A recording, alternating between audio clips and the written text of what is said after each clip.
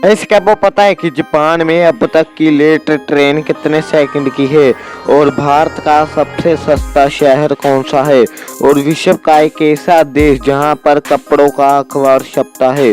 Fact number 1, वैसे Japan में अब तक की लेट ट्रेन सिर्फ 18 सेकंड हुई है। फैक्ट नंबर 2, वैसे भारत का सबसे सस्ता शहर बेंगलुरु शहर है। फैक्ट नंबर 3 जानने से पहले मेरा यार सबसे एक सवाल है, अगर आपका भी दिल GFBS के लिए दौड़ता है या फिर आपका दिल माँ के लिए दौड़ता है, अगर आपका दिल माँ के लिए दौड़ता है शॉर्ट को लाइक एंड सब्सक्राइब करना। फैक्ट नंबर 3, इस विषय में स्पेन एक ऐसा देश है जहाँ पर कपड़ों का अखबार छपता है।